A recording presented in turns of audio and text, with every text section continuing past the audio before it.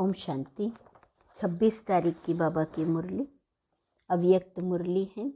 Revise course की तारीख 31 दिसंबर 93। नए वर्ष में सदा उमंग उत्साह में उड़ना और सर्व के प्रति महादानी वरदानी बन व्यर्थ को समाप्त करना। आज नवयुग नई सृष्टि के रचयिता बाप दादा अपने नवयुग के आधार मूर्त बच्चों को देख रहे हैं। बाप दादा के साथ साथ आप सभी बच्चे सदा सहयोगी हो, इसलिए आप ही आधार मूर्त हो। दुनिया के हिसाब से आज का दिन वर्ष का संगम है। पुराना वर्ष जा रहा है, नया वर्ष आ रहा है। ये है वर्ष का संगम दिन और आप बैठे हो बेहद के संगम युग पर। आप सभी नव वर्ष के साथ साथ नव युग की सभी को मुबारक देते हो। एक दिन की मुबारक नहीं, लेकिन नव युग के अनेक जन्मों की मुबारक देते हो। इस संगम पर अच्छी तरह से अनुभव करते हो कि इस समय हम ब्राह्मण आत्माओं की नई जीवन है। नई जीवन में आ गए हो न। ब्राह्मणों का संसार ही नया है। अमृत वेले से देखो तो नई रीत नई प्रीत है। पुरानी दुनिया की दिनचर्या और नए ब्राह्मण जीवन की दिनचर्या कितना अंतर है। सब नया हो गया। स्मृति नई, वृत्ति नई, दृष्टि नई, सब बदल गया न। और नई जीवन कितनी प्यारी लगती है। वैसे भी नई चीज़ सबको प्यारी लगती है। पुरानी चीज़ छोड़ना चाहते हैं और नई चीज़ लेना चाहते हैं। तो इस समय का यह छोटा सा नया संसार है। संसार भी नया और संस्कार भी नए, इसलिए दुनिया वाले भी नए वर्ष को धूमधाम से मनाते हैं। मनाने का अर्थ है उमंग उत्साह में आना। उत्साह होता है, इसलिए मनाने के दिन को उत्सव कहा जाता है। उत्साह से ही एक दो को बधाइयाँ व मुबारक देते हैं व ग्रीटिंग्स देते हैं। आप ब्राह्मण आत्माओं के लिए हर दिन उत्सव है। सदा उत्सव अर्थात उमंग उत्साह में रहते हो। यह उमंग उत्साह ही ब्राह्मण जीवन है। दुनिया की रीति प्रमाण विशेष दिन को मनाते हो। आज मनाने के लिए इकट्ठे हुए हो न, लेकिन आपका नव युग नई जीवन का उमंग उत्साह सदा ही है। ऐसे नहीं कि 2 तारीख हो जाएंगे तो उमंग उत्साह खलास हो जाएगा, 1 मास हो गया तो और ख़त्म हो जाएगा। हर दिन उमंग उत्साह बढ़ता जाता है, कम नहीं होता। ऐसे है न कि अपने अपने स्थान पर जाएंगे तो उत्साह खत्म हो जाएगा। हर घड़ी उमंग उत्साह की है, क्योंकि उमंग उत्साह ही ब्राह्मणों की उड़ती कला के पंख हैं। इस उमंग उत्साह के पंखों से सदा उड़ते रहते हो। अगर कार्य अर्थ कर्म में भी आते हो, फिर भी उड़ती कला की स्थिति से कर्म योगी बन कर्म में आते हो। तो उड़ती कला वाले हो न, तो बिना पंखों के तो उड़ नहीं सकते। यह उमंग उत्साह उड़ती कला के पंख सदा साथ है। यह उमंग उत्साह आप ब्राह्मणों के लिए बड़े से बड़ी शक्ति है।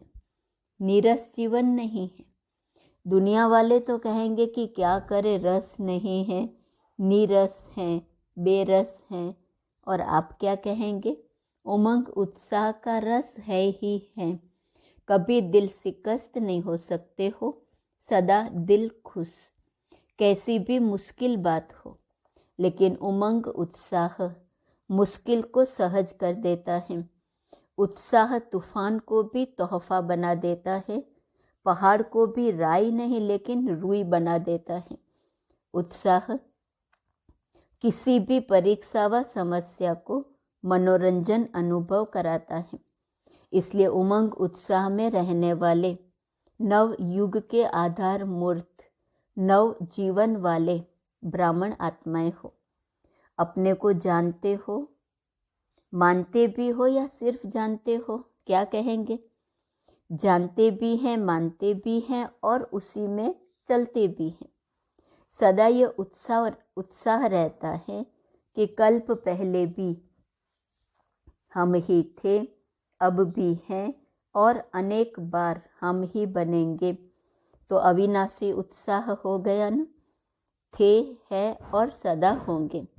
तीनों काल का हो गया न, पास्ट, प्रेजेंट और फ्यूचर। 3 काल हो गए तो अविनाशी हो गया न। बाप दादा देख रहे थे कि अविनाशी उमंग उत्साह में रहने वाली आत्माएं नंबरवार हैं या सब नंबर 1 है।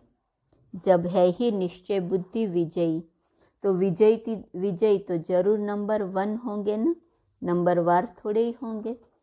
तो सदा नव जीवन के इस उत्साह में उड़ते चलो, क्योंकि आप आधार मूर्त हो।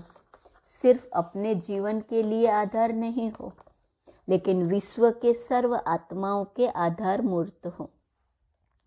आपकी श्रेष्ठ वृत्ति से विश्व का वातावरण परिवर्तन हो रहा है।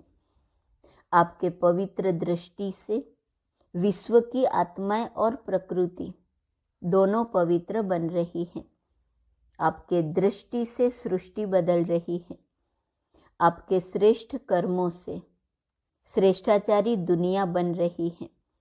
तो कितनी जिम्मेवारी है। विश्व की जिम्मेवारी का ताज पहना हुआ है न, कि कभी भारी लगता है तो उतार देते हो। क्या करते हो? जो डबल लाइट रहते हैं उनको ये जिम्मेवारी का ताज भी सदा लाइट अर्थात हल्का अनुभव होगा, भारी नहीं लगेगा।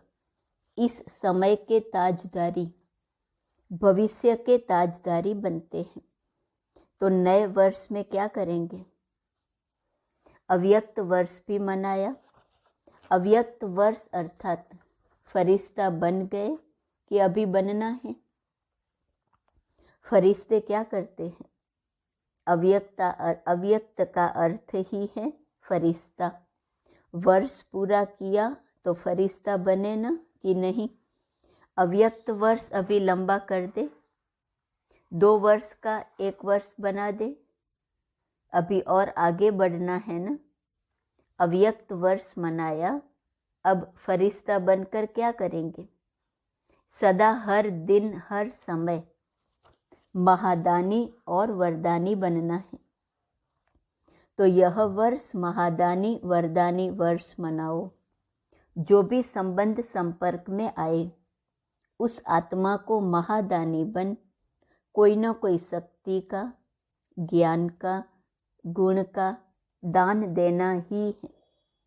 तीनों खजाने कितने भरपूर हो गए हैं। ज्ञान का खजाना भरपूर है कि थोड़ा कम है?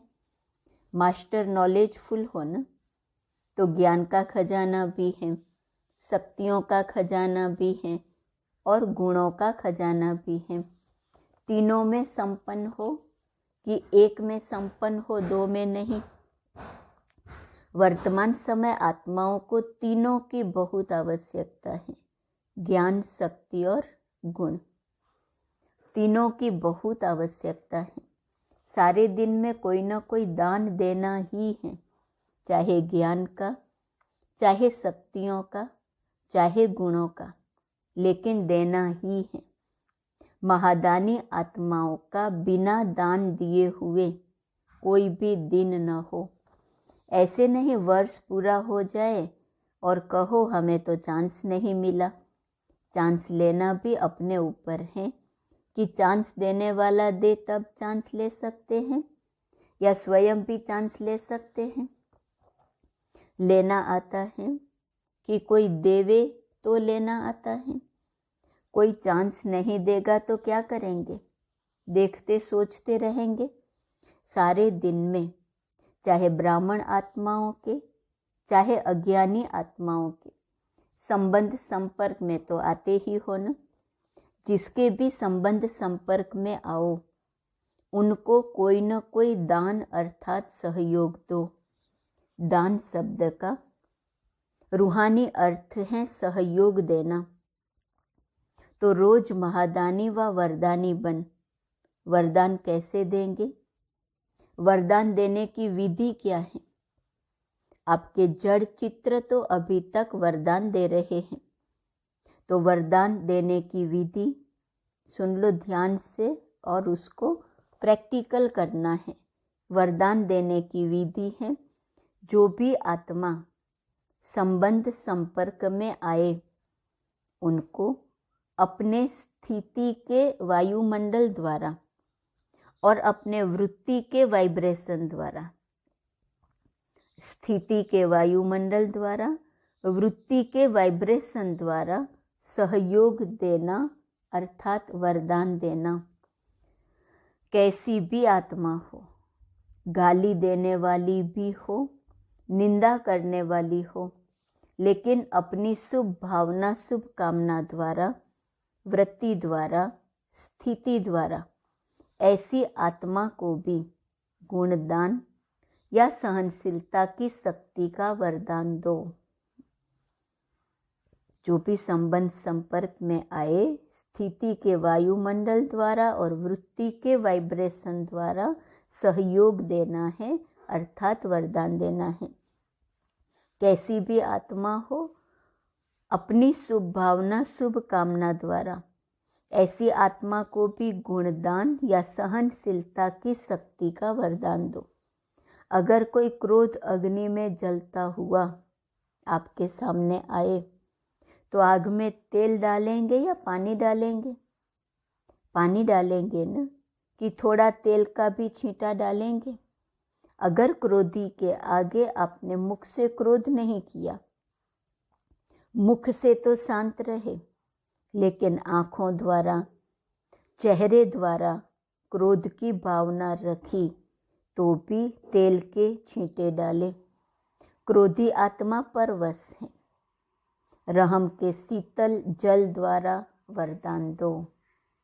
क्रोधी आत्मा के प्रति रहम करो। गाली देने वाले, निंदा करने वाले के प्रति शुभ कामना शुभ भावना रखो।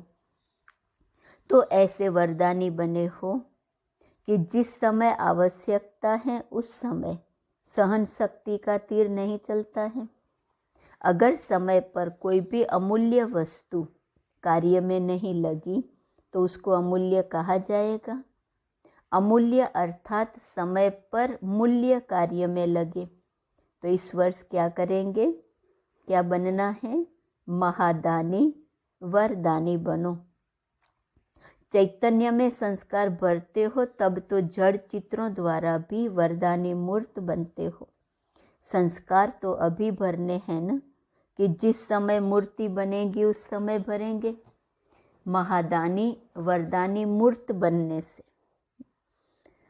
पहले बाबा ने वरदान दिया, महादानी वरदानी मूर्त भव। फिर बाबा ने उसकी विधि बताई कैसे महादानी वरदानी बनना है।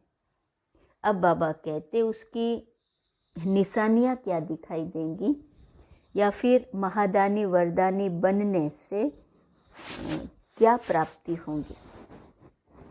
महादानी वरदानी मूर्त बनने से व्यर्थ स्वतः खत्म हो जाएगा, क्योंकि जो महादानी है वरदानी है, दूसरों को देने वाला दाता है। तो दाता का अर्थ ही है समर्थ।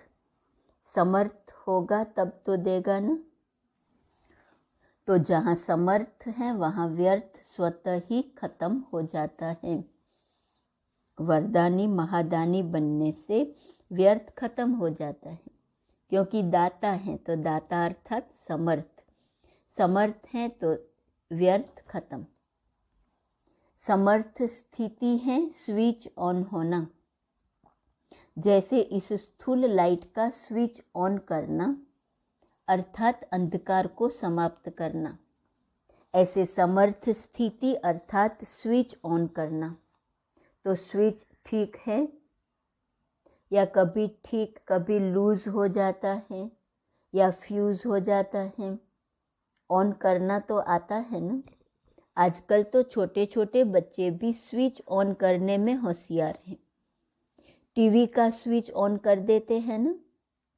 तो स्विच ऑन होने से एक एक व्यर्थ संकल्प को समाप्त करने की मेहनत से छूट जाएंगे। अव्यक्त फरिश्तों का यही श्रेष्ठ कार्य है। और क्या नवीनता करेंगे? अव्यक्त वर्ष में अपना चार्ट रखा था कि कभी रखा कभी नहीं रखा, कभी कभी वाले बने या सदा वाले बने, कभी कभी वाले ज़्यादा है। इस नए वर्ष में नया चार्ट रखना। क्या नया चार्ट रखेंगे?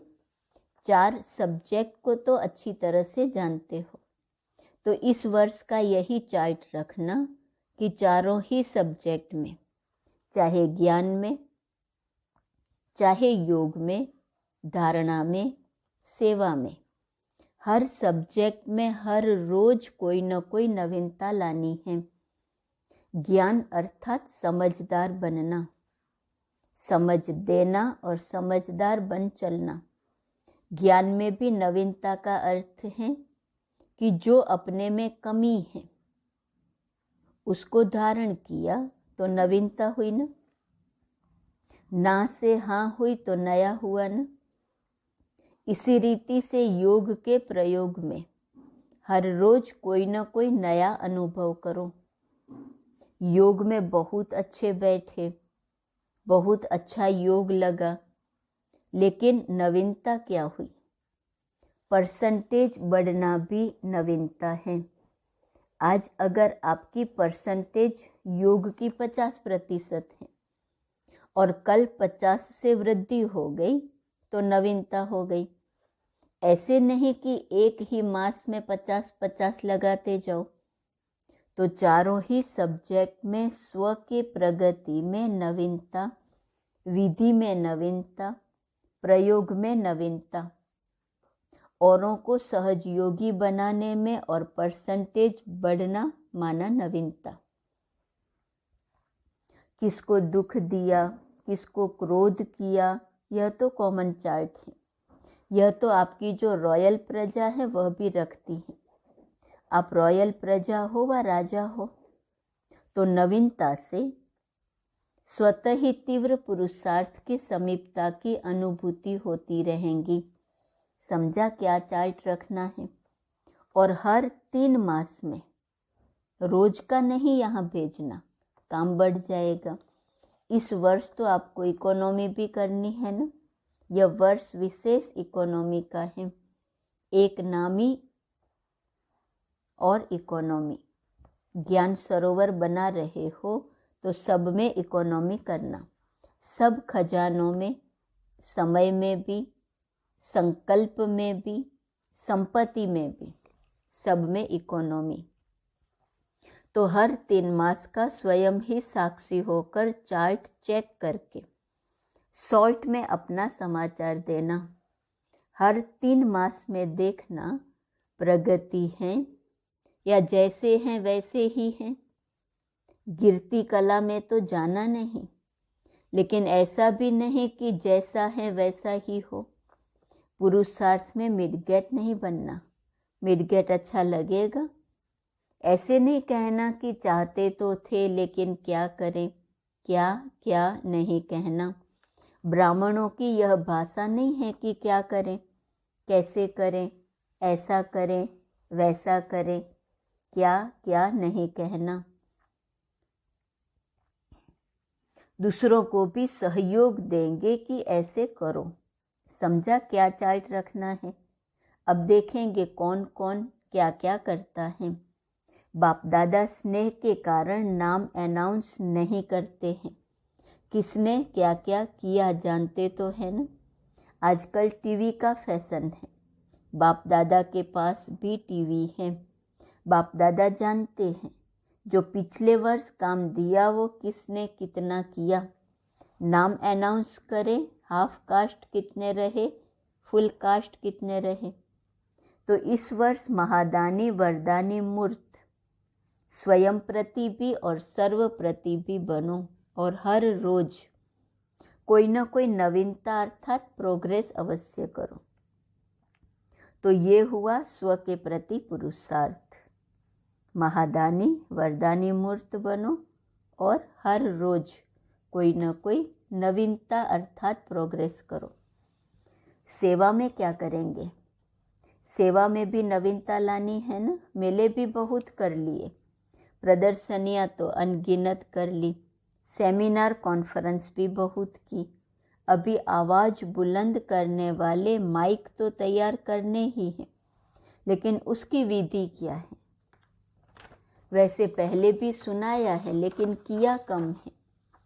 सेवा की रिजल्ट में देखा गया है कि बड़े निमित्त आत्माओं को समीप लाने के पहले, चाहे कोई नेता है, चाहे कोई बड़े इंडस्ट्रियलिस्ट हैं, चाहे कोई बड़े ऑफिसर हैं, लेकिन उन्हों को समीप लाने का साधन है उन्हों के सेक्रेटरी को अच्छी तरह से समीप लाओ।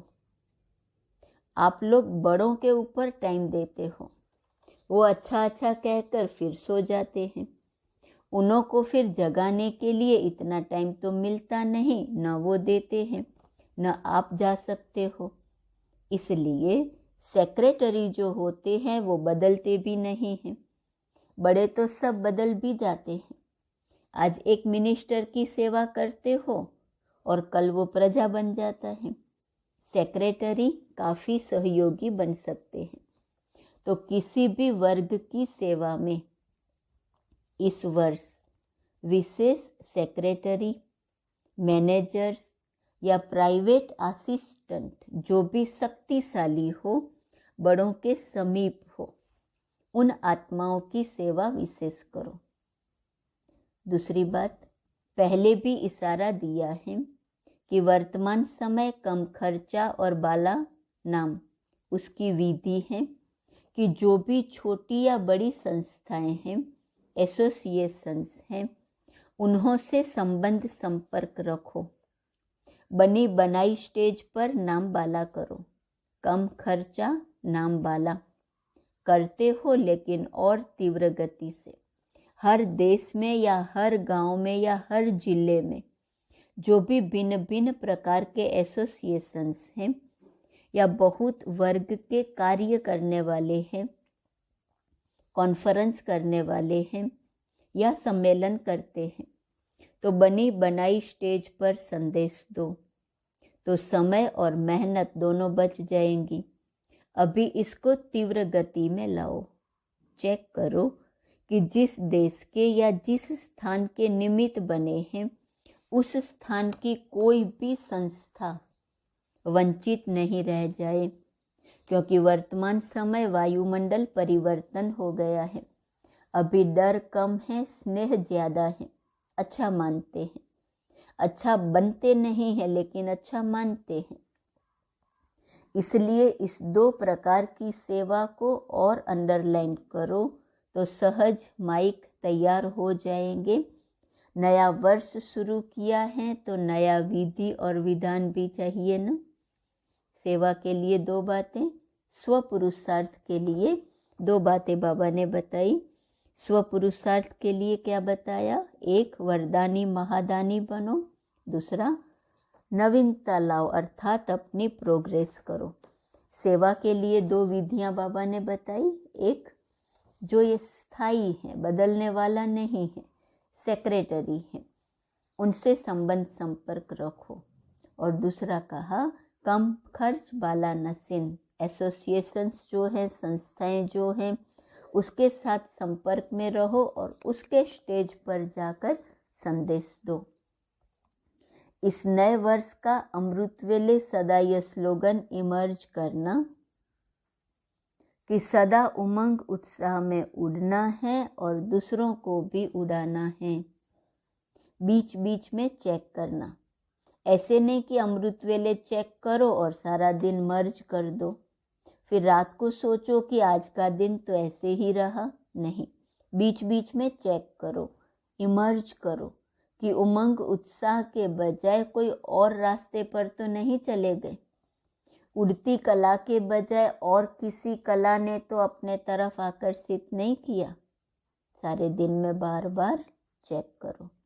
अच्छा, चारों ओर के नव जीवन अनुभव करने वाले सर्व ब्राह्मण बच्चों को, सदा नव युग के आधार मूर्त श्रेष्ठ आत्माओं को, सदा संकल्प, बोल और कर्म द्वारा महादानी वरदानी आत्माओं को, सदा स्वयं की स्थिति द्वारा औरों की परिस्थिति को भी सहज बनाने वाली समर्थ आत्माओं को, सदा हर दिन स्वयं में प्रगति अर्थात नवीनता अनुभव करने वाले समीप आत्माओं को, सदा एक नामी और इकोनॉमी करने वाले बाप समान समीप आत्माओं को बाप दादा का याद, प्यार और नमस्ते।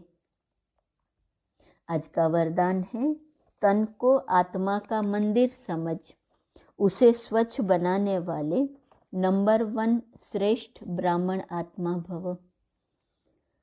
हम ब्राह्मण आत्माएं सारे कल्प में नंबर 1 श्रेष्ठ आत्माएं हैं, हीरे तुल्य हैं। इस स्मृति से तन को आत्मा का मंदिर समझकर स्वच्छ रखना है। जितनी मूर्ति श्रेष्ठ होती है उतना ही मंदिर भी श्रेष्ठ होता है। तो इस शरीर रूपी मंदिर के हम ट्रस्टी हैं। यह ट्रस्टीपन आपे ही स्वच्छता व पवित्रता लाता है। इस विधि से तन की पवित्रता सदा रूहानी खुशबू का अनुभव कराती रहेंगी। तन की पवित्रता, तन को आत्मा का मंदिर समझकर स्वच्छ रखो। स्लोगन, रूहानियत में रहने का व्रत लेना ही ज्ञानी तू आत्मा बनना है। आज का स्वमान है, मैं आत्मा सुरवीर हूँ। अव्यक्त इशारे की पॉइंट है 26 फरवरी। अब मैदान पर प्रत्यक्ष होने का समय है। सुरवीर शक्ति रूप बनकर प्रत्यक्ष रूप में सामने आओ। जब इस रूप में प्रत्यक्ष होंगे तब बाप और बच्चों की प्रत्यक्षता होगी। जितना प्रत्यक्ष होंगे उतनी प्रत्यक्षता होगी। तो बाप को प्रख्यात करने के लिए प्रत्यक्ष होना पड़े। इसके लिए अपनी कमजोरियों को विदाई दो, तब सृष्टि के कल्याणकारी बन सकेंगे। ओम